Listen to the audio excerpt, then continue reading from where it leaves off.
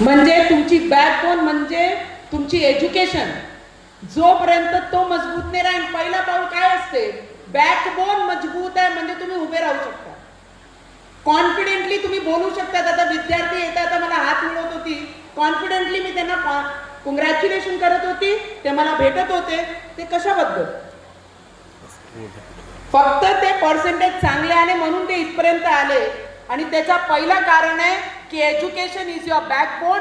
Don't lose your backbone in your career. If your backbone is strong, your career will definitely be the best.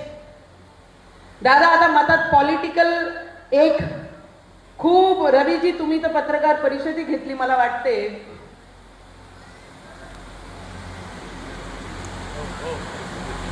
पत्रकार परिषद सुद्धा घेतली माझी वतीने. आणि मी काही पत्रकार परिषद घेतली नाही त्यावेळी. लोकांनी म्हटलं, वन न्यूज वर देअर की Navneet Rana is going to get Rajya Sabha. आणि राज्यसभा भेटणार आहे म्हणे. आणि 5, 7, 8 दिवस हा खूप चालला की Navneet again is going to become a member of parliament as a member of Rajya Sabha. उत्साह तर होताच, उत्साह कशा नाही राहील. पराभूत झालेला व्यक्ती परत राज्यसभा मेंबर बनून जाणं म्हणजे that was a big achievement for me. जेव्हा मी सुनित्रा पवार ताईच्या डिप्टी सीएम ऑफ महाराष्ट्र, त्यांचा मी मनापासून धन्यवाद करन. आणि ज्यांना मी दादा म्हणते, ज्यांची मी लाडकी बहीण आहे असे आमचे देवेंद्र फडणवीसजी, त्यांचा मी मनापासून धन्यवाद करते की कंटिन्यू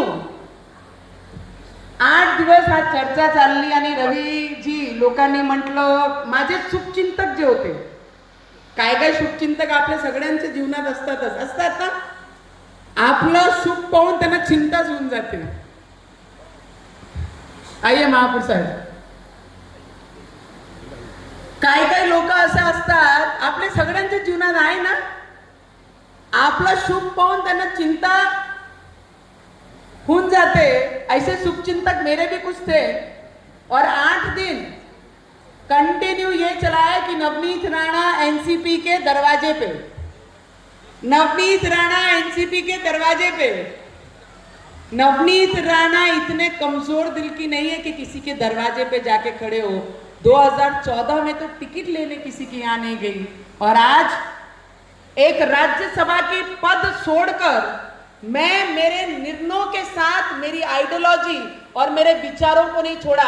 इतना मजबूत निर्णय लेके आज मैं मेरे झंडे के साथ खड़ी हूं. ये निर्णय लेना मुझे राजकीय क्षेत्र में आने के बाद लोगों ने सिखाया. दादा, रवीजी, जेव्हा सगळ्यांनी म्हटलं की नवनीत राणा आता एनसीपी मध्ये जाईल, एनसीपीच्या माध्यमातून एनसीपीची राज्यसभा मेंबर बनणार, तेव्हा लोकांना माझे शुभचिंतक जे होते, ज्यांना माझा शुभ पाहून चिंता व्हायला सुरू झाली होती, त्यांना माझं फक्त एवढंच बोलणं आहे की नवनीत राणा आपले विचारांना धोका देणारी नाही. जे विचारांवर आजपर्यंत जगली आहे तेच झेंडा घेऊन येणारे मैदानामध्ये सुद्धा मी याच पद्धतीने उभी राहीन. म्हणतात ना की take your own decisions. Somebody has told की तुम्ही तुमचे निर्णय स्वतः घ्या. जर तुम्ही तुमचे निर्णय घेण्या क्षमता ठेवली नाही तर तुमचे निर्णय कोणी दुसरा घेईल. आणि ते निर्णय घेऊन मी माझे विचारांसोबत उभी राहिली. आणि भविष्यात सुद्धा मी माझे विचारांना सोडून कुठे जाणार नाही. पद येईल, पद जाईन, पण माझे विचार माझे शेवटच्या श्वासापर्यंत माझे सोबतच राहीन. तेच विचार सोडून मी कुठेच जाणार नाही. आणि लड़ेंगे ना, फिर लड़ेंगे ना. लड़ना है कि नहीं लड़ना है? कितने लोगों को लगता है नवनीत राणा ने वापिस लड़ना चाहिए और दमदार एंट्री री एंट्री अपन करेंगे?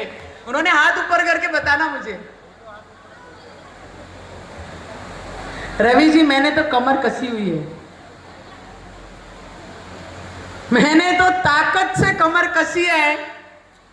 मैं इतनी मजबूत हूं